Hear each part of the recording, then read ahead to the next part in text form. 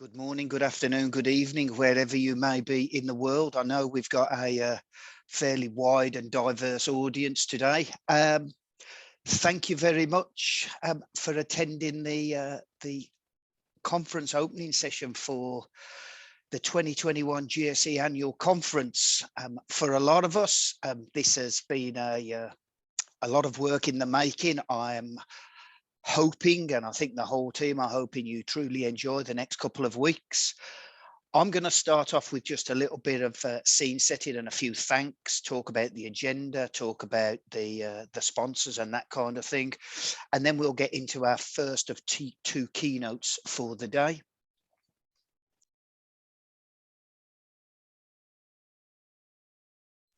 So without further ado, I'm going to get started. So here we are. Here's our agenda. It's 2022, and it will look and feel a lot like last year, because as in 2021, 2022, I'm thinking about next year already. How about that? 2020, we were all virtual for obvious reasons. The team took the decision we go completely virtual for 2021. So it's very much a similar show to last year. So keynotes, two keynotes on a Monday, main technical sessions Tuesday, Wednesday, Thursday, rinse and repeat for the 2 weeks.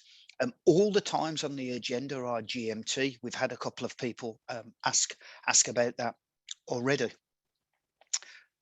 Social media obviously plays a big part in what we do these days. So we are running the social media competition, as we have done for a number of years. And there's a hashtag there, hashtag GSE UKC. Competition runs to the 11th of November. There are prizes to be awarded for the most active social media folks out there. So please, have a go, enjoy yourself, and be lucky and hopefully win something. What I have to say next is this conference, in whatever form, whether virtual or physical, only takes place because of the fabulous support from our vendors and the sponsorship they give us to do this. And we've got several again this year, even in these strange times.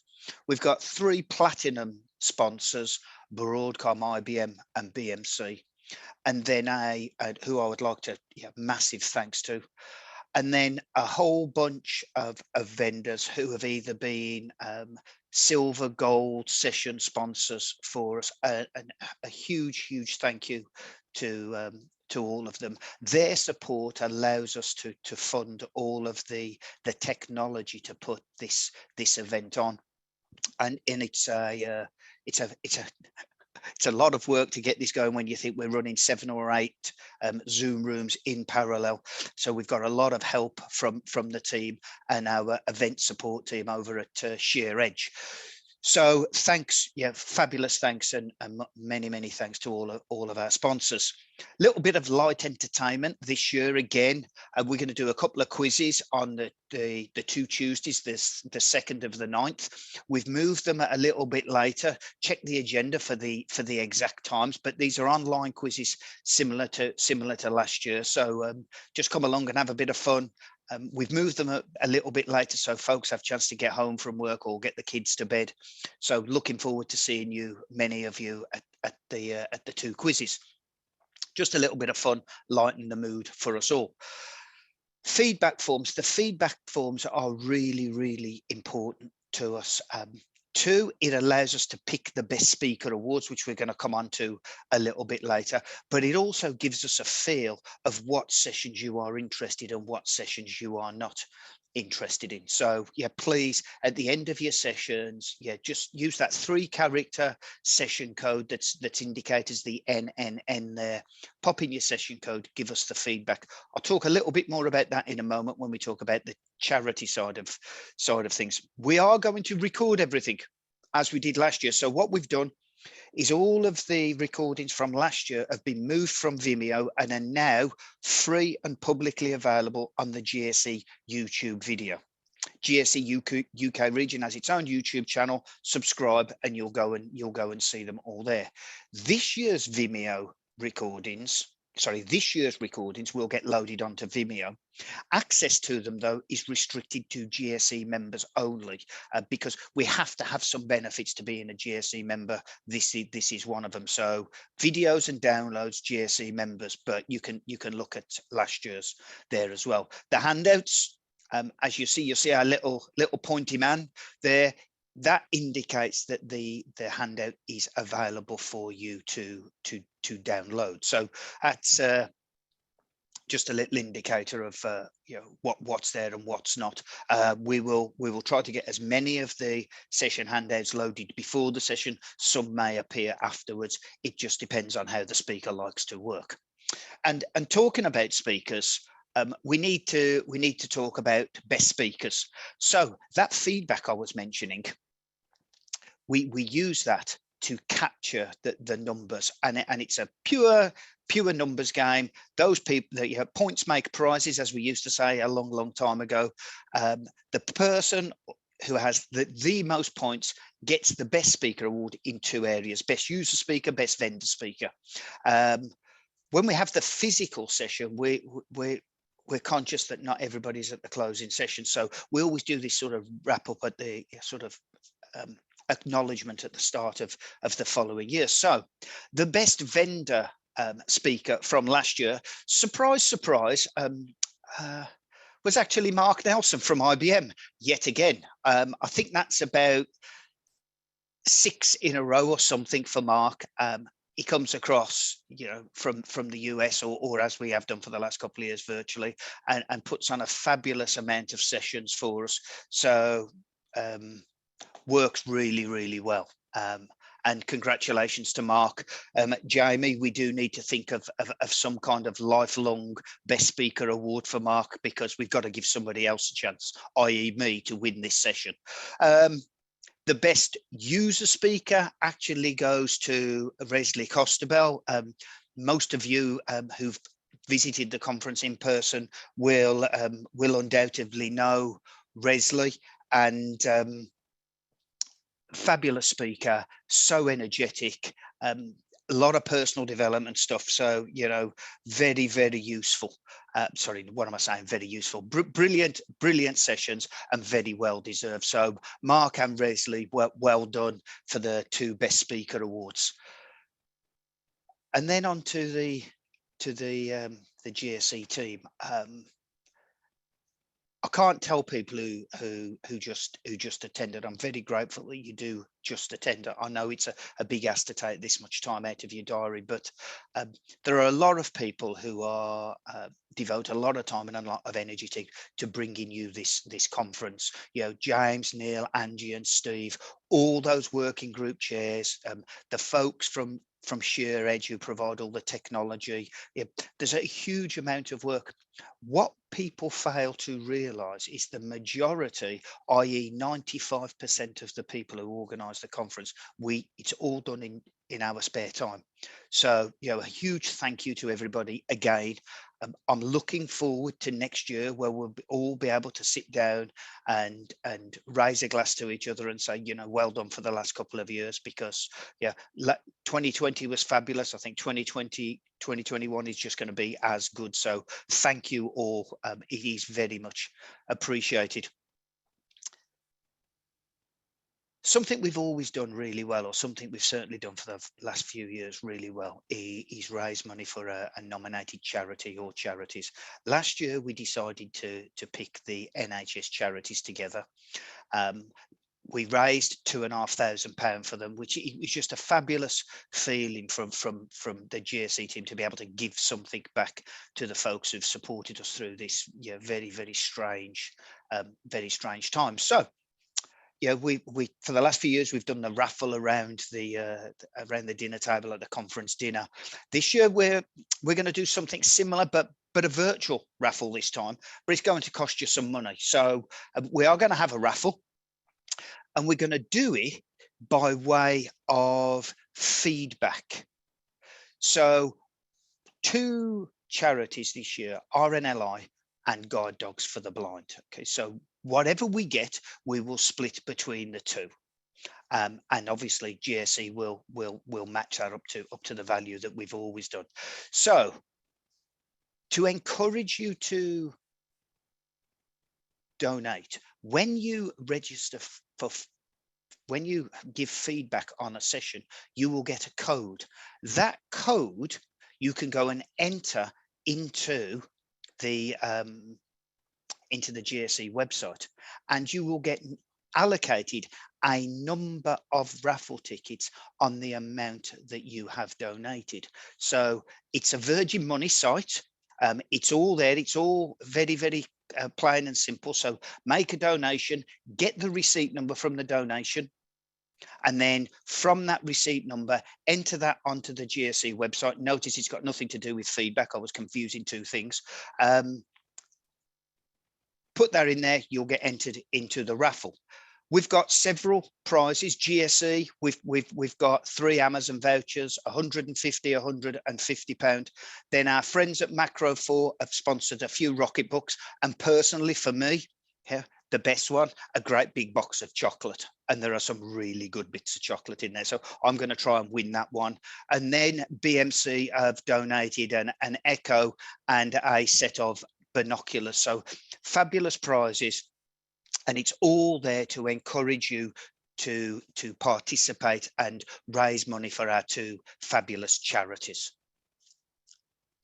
Now, I know we've got people from all over the world here. This is,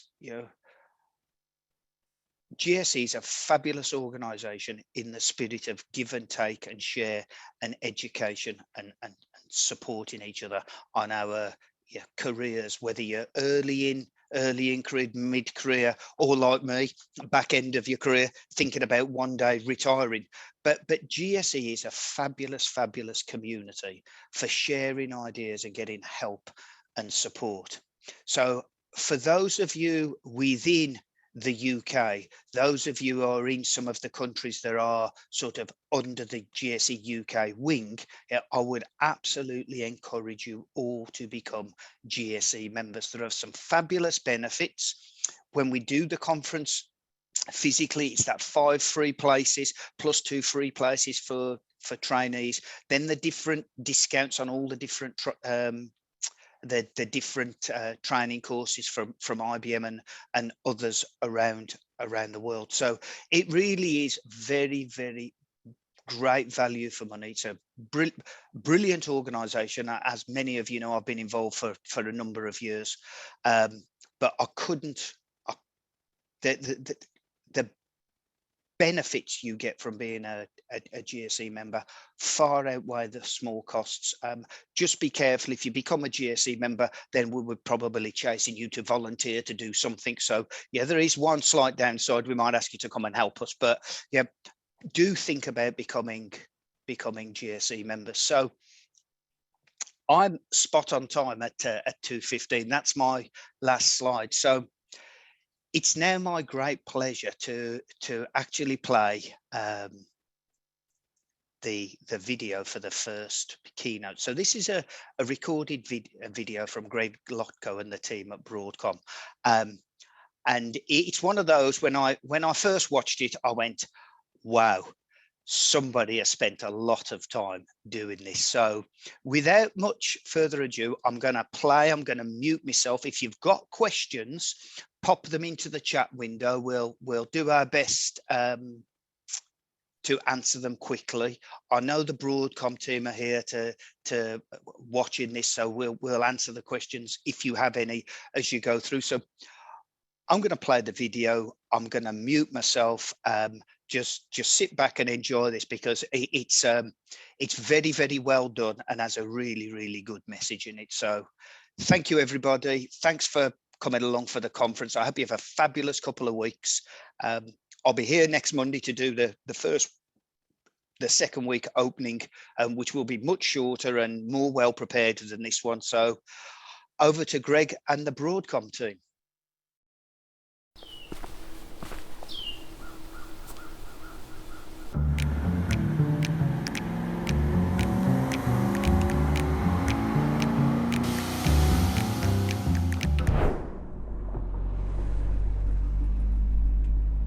Hi, Greg Lotko here. Although the GSE UK event is still virtual, I'm vaccinated and excited to get out and hit the road.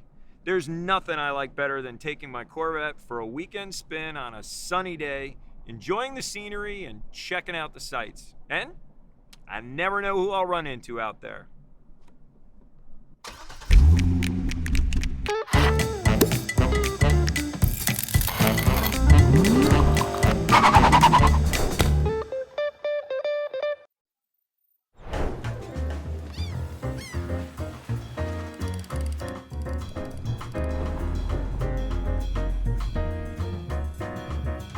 You want to go for a ride? Whoa, dang. What's this thing do 0 to 60 in? 3.8, 3.9. What about your Mini? Yeah, not so much. 7.7. It gets there eventually, right? It gets there. All right, I have to do it. I got to tell you some car jokes. Okay. Just got to do it. Knock, knock, or vroom, vroom? Vroom, vroom, kind All of, right. sort of. So what do you call a Ford Fiesta that ran out of gas? Happy, saved. You know, Ford Siesta. Ford Siesta. I like that. Last one. All right. What kind of car do dogs hate? Any car that can't catch? Corvettes. Wah, wah, wah. I know. I told you they were corny car jokes.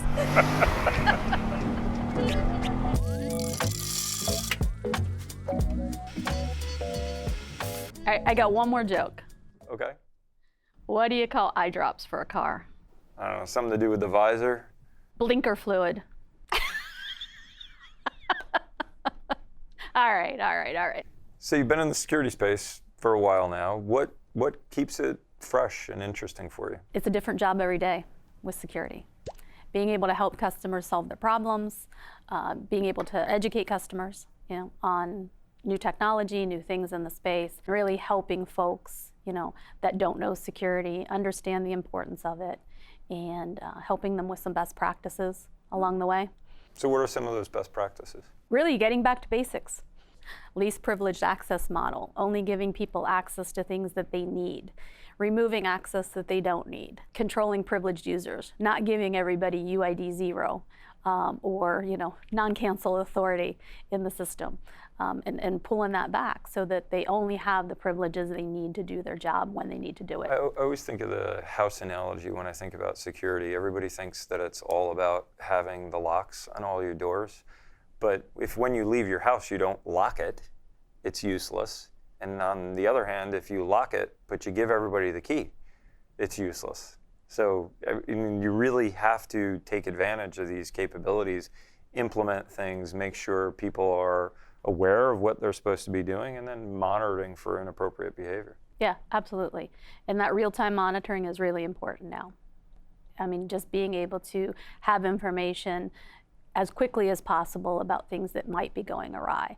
With all of the attempted hacks and ransomware that we keep hearing about in the news every day, people are really understanding the importance of that legacy system and what that data means on that system. It's the core to all of our FIs, our banks, our airlines, every industry out there. And the people that have historically been trying to hack the data now understand the importance of the mainframe. So it's more critical than ever to lock that stuff down now and be able to monitor it. So it's not about being legacy, it's really about being core, being that digital backbone for the fabric of running the technology of your company. So what are some of the components? So things like zero trust. So you don't have privilege access when you initially sign on to the system. You have birthright access, things that are open to everyone.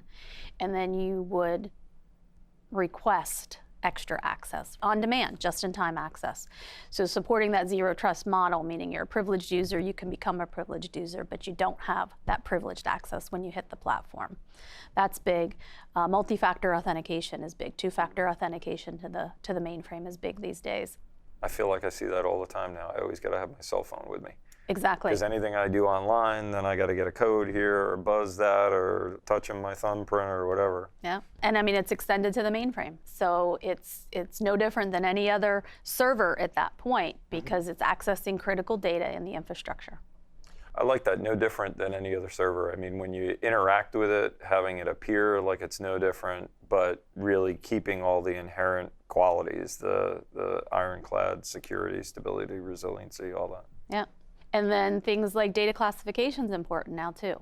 You got to know what data you have to protect. But security isn't about kind of knowing about stuff after the fact, right? After the horse is already out of the barn. You really got to know in the moment, right? For some things. I mean, there are some things that it's fine to go and pull reports and run things post-event, right? Low risk. Yeah, right, Okay. right. Hey, how many times has, there have been password violations? Do I need to up, the number of people in my help desk, right? But have there been repeated password violations for a privileged user? That's probably important to know, right? Because maybe somebody's trying to hack that ID or doing something nefarious. But you don't need to replicate your SMF data in a real-time monitoring solution.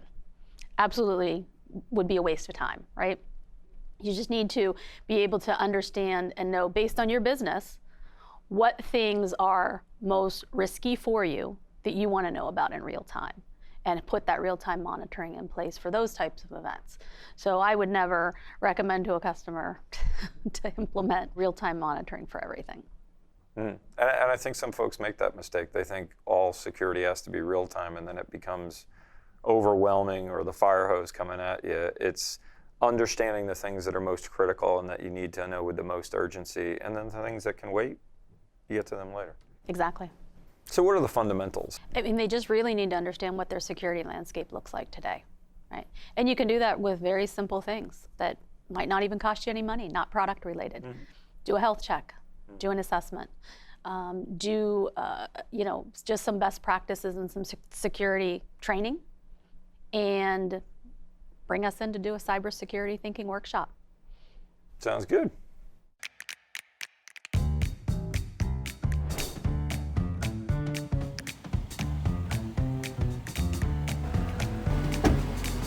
Hiya. Hey. So, you enjoying your summer? Yeah, for sure. It's really nice to be out here on the beach. So Greg, this is a Chevy, right? Of course, Chevrolet Corvette. I feel a song coming on. Would you like to sing with me? I'll give it a shot. All right. And they'll be singing, bye, bye, Miss American Pie. Drove my Chevy to the levee, but the levee was dry. Them good old boys were drinking whiskey and rye, singing, this'll be the day that I die. This'll be the day that I die. Speaking of which, Very cool. Can I take this for a spin? That might be the day you die. So Katie, what do you think heading over and getting some cappuccinos? You're buying, right? Apparently.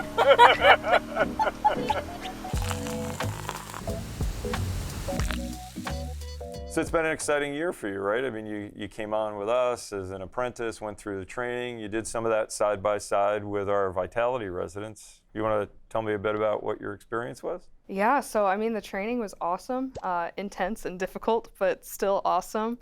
I mean, from about June of last year till October, I was in full-time training mode. So yeah, I went through ASE training, picked up a lot of information. I mean, it's hard to believe that just over a year ago, I didn't even know what the mainframe was.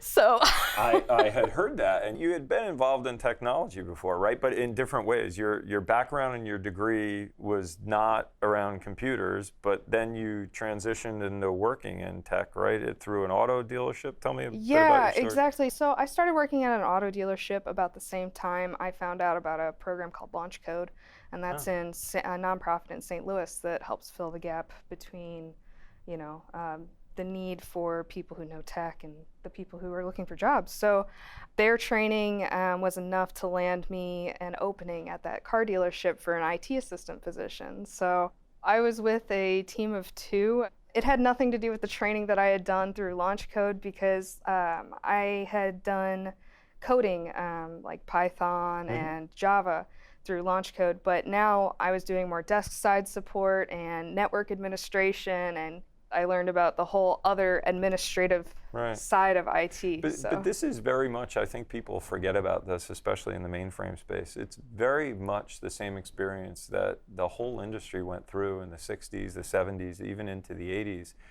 where there wasn't yet at many schools something like a computer science major. So they took people, no matter what their degree was, that displayed they had the intellectual aptitude and could think logically and technically, and then train them experientially to become programmers, developers, systems operators. So really we're kind of going back to the future, recognizing something that was inherently successful at this platform's core and using it as a pipeline into technology to fill the need.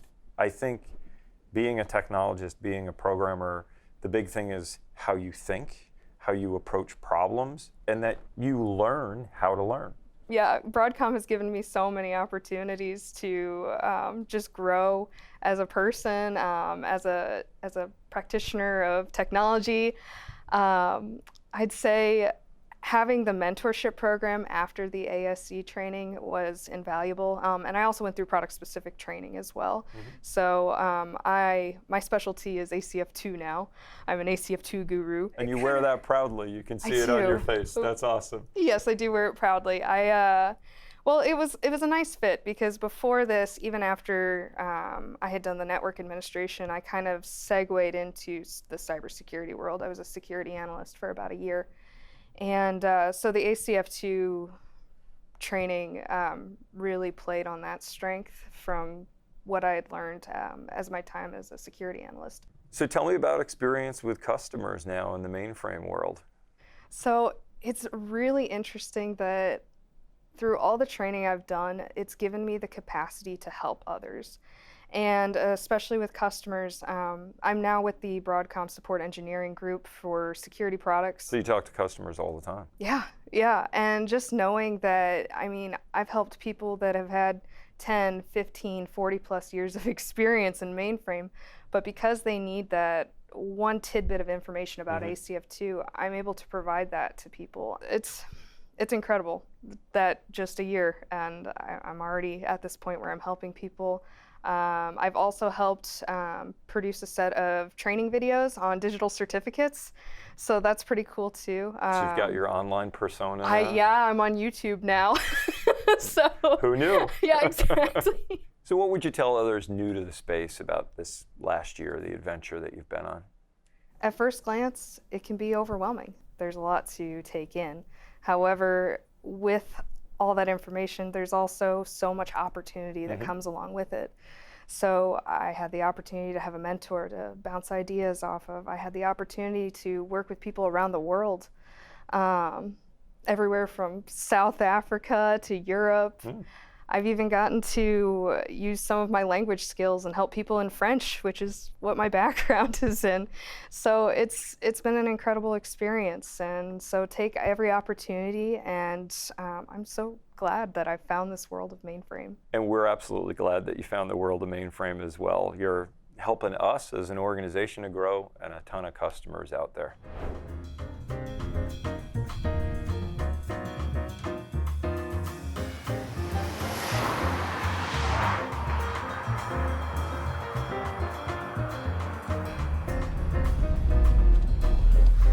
What's up? You want to show me what this baby can do? Absolutely, hop in.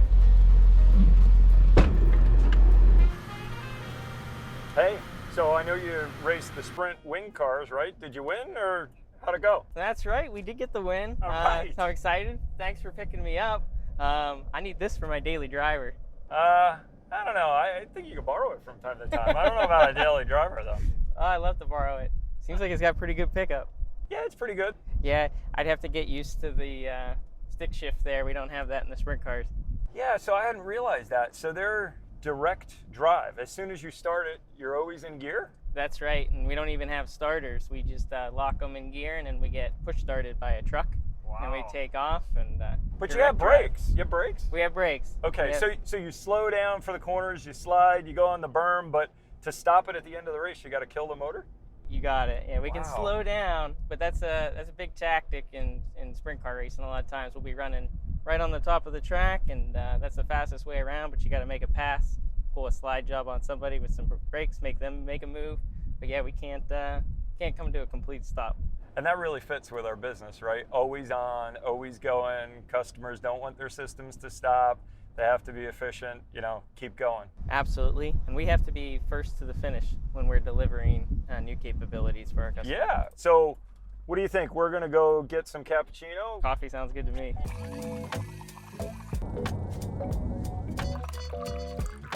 So really good to get out of that heat, right? Especially you with the hot race car. Yeah, absolutely. So your specialty, you're really in the DevOps space in addition to racing. Yep. But I imagine those things have a lot in common, whether it be the tools, the technology, the teams working together. Tell me a bit about that.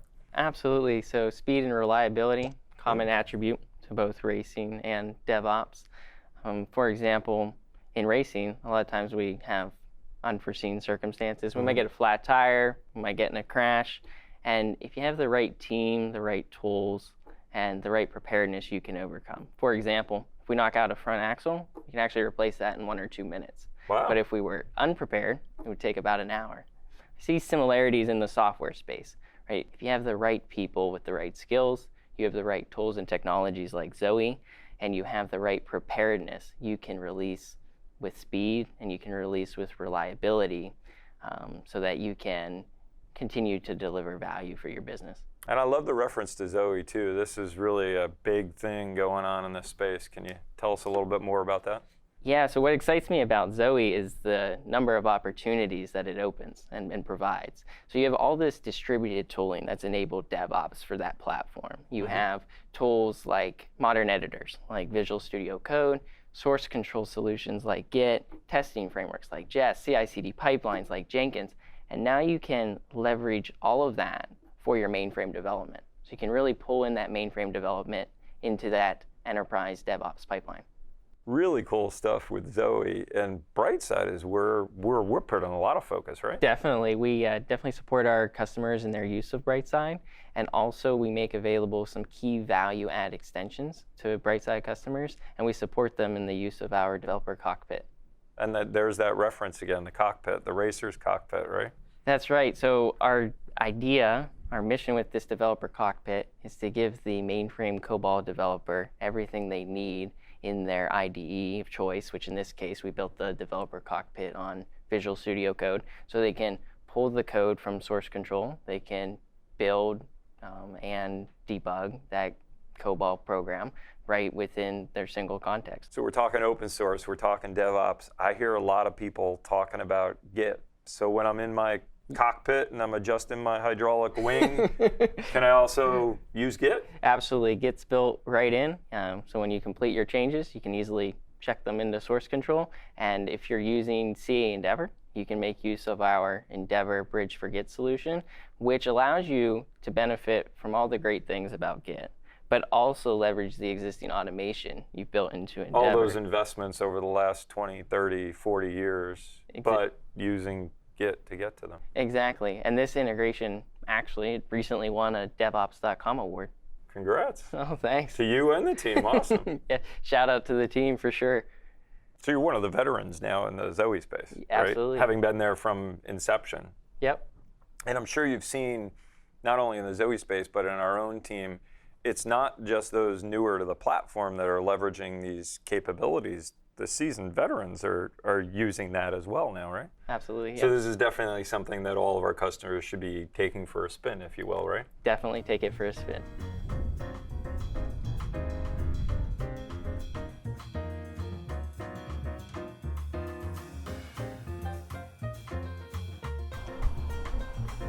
Hey, Cody, you want to ride?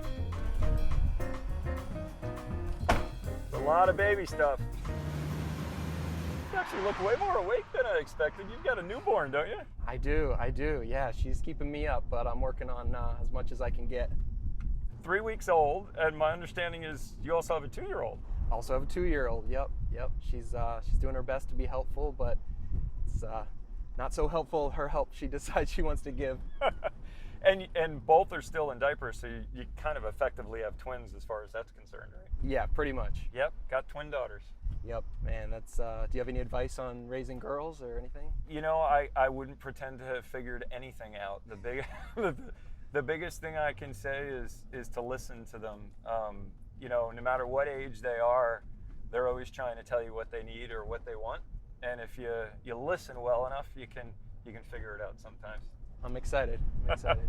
So, when you sleep, do you get any downtime, or are you kind of rockabye in that pillow and thinking that you're changing diapers in your dreams? I'm doing a little bit of the sleepwalking, sleep talking thing, but as my experience showed me last time, that fades out in about a month or two. So, you know, we'll see how it goes. Well, the good thing about two, I'll tell you, you've got a built-in playmate for them. You know, they'll keep each other interested and active and doing different things. So it's a godsend. I actually think it's great to have kids that are close together in age. Hey, so what do you think about us going and getting some cappuccinos, and we'll talk a little business, a little technology? I love it. Yeah, I need me to wake me up. All right, we'll give you some adult conversation. Sounds good. Sounds good.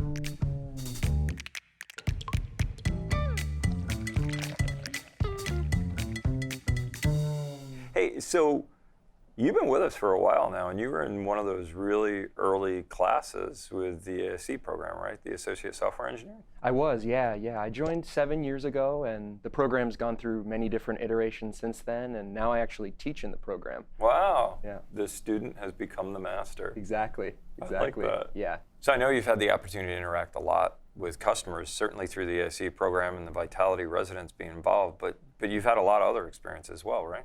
Yeah, I've worked in various capacities since I've joined the company, and that's really given me an opportunity to get to know what the customers need. I started off in a level 2 role, and that's really given me an opportunity to, understand the daily needs of our customers, both from operators and system programmers, whether it's maintenance, SMP installation questions, all the way down to development and, operations daily needs, vary from company to company, but, it's really good for us to really get to know them, to know what their needs are from site to site. And I feel like I've really been able to do that. So having that dialogue with our customers, that interchange often kind of bears fruit that's unanticipated, right? Because we're talking about what they need or the challenge that they're trying to address. What are the other types of things you found along the way? Yeah, there's been a lot of excitement around our new dynamic topology capability. It's neat because it allows our customers to completely understand, how their started tasks and resources are interconnected. It does this by automatically discovering ZOS systems and resources. So this topology stuff was a game changer for this customer. I mean, my understanding was you weren't even there to talk about this, but in going back and forth with their challenges, it kind of spawned out of that conversation. Yeah, exactly. That's exactly what happened. And now the way they manage their resources is they open up the web UI and they're just able to see it. It's super easy rather than these manual whiteboarding efforts. It's done automatically. The nice thing too is that we've heard from feedback as well is that it's easy to understand when one resource is impacted, how others are impacted, and how they may all because it just flows through that topology map and they can see it. Exactly, it's all visual. You can see it just mapped out completely. And automation or AI ops is about way more than just one point product or how that interacts. It's about a lot of these things together, right? Yeah, and also the way that they play with environments outside of the mainframe, and that's exactly what the open first strategy is offering us. So it's opening up to be able to connect across our products, across platforms, with open source capabilities or software from other providers. Yeah, exactly. And we've had a lot of success there, and we're hearing a lot of great feedback. And it makes sense, right? Let's make everything interconnected. The age of APIs was big. Internet of Things was big. But now we're entering into a different phase where things are just expected to communicate with each other, so that all of these technologies can be leveraged. So talk to me about our customers' experiences in this space. Yeah, they're having a lot of success. They're able to anticipate problems before they happen. They're able to analyze their data quicker, and they're also able to automate these processes after the fact. AAA. Exactly. So talking about all this automation and your kids, it really makes me think about very early on in my career. I used punch cards, and I've used them for my Matchbox and my Hot Wheels cars as little roadways. Wait, hey, are you asleep? No, I'm good. Yeah, you know what? Whenever I start talking about my career in the old days, my own kids start to fall asleep, which, you know what? I really should get you back to your family. It's your weekend. You should be spending time with them. All right, let's do it. Let's get out of here.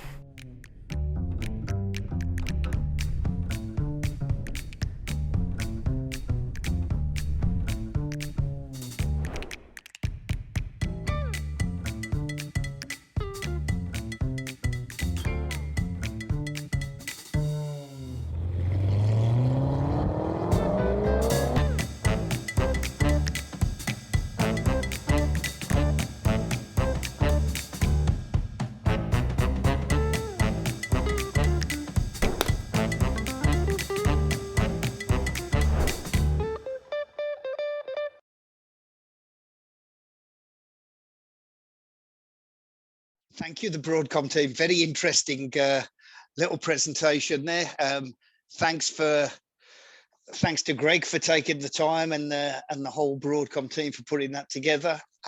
Really appreciate your feedback on the first two sessions, K1 and K2. You do see on the feedback form that it just say NN. Obviously, most of the codes are 3 characters. So yeah, the keynotes are K1 and K2, but the other sessions are all 3. So don't worry about that. Just type in your 3 characters and it should work perfectly well. So we've got a 30-minute break now until the next keynote at, in fact, we've got 45 minutes until the next keynote, which starts at 15:30, which is the AI-driven knowledge discovery one. So, folks, thank you all for turning up. This Zoom call is going to stay open. I'm just going to pop up a little chart about the GSC charities. Again, thanks for all turning up. Thanks to the Broadcom team. Very professionally well done video that. Might have to think about doing one of those sessions, but use all my motorcycles to do it. But there was talk in the chat window about using a 1969 Mini, I believe. Where's it gone? Yes. So, yeah, enjoy. As I said, I'm going to put a holding video up now until 3:30, where we'll have the second keynote. So thank you very much, everybody. Have a pleasant 45 minutes and see you back here for the next keynote. Thank you.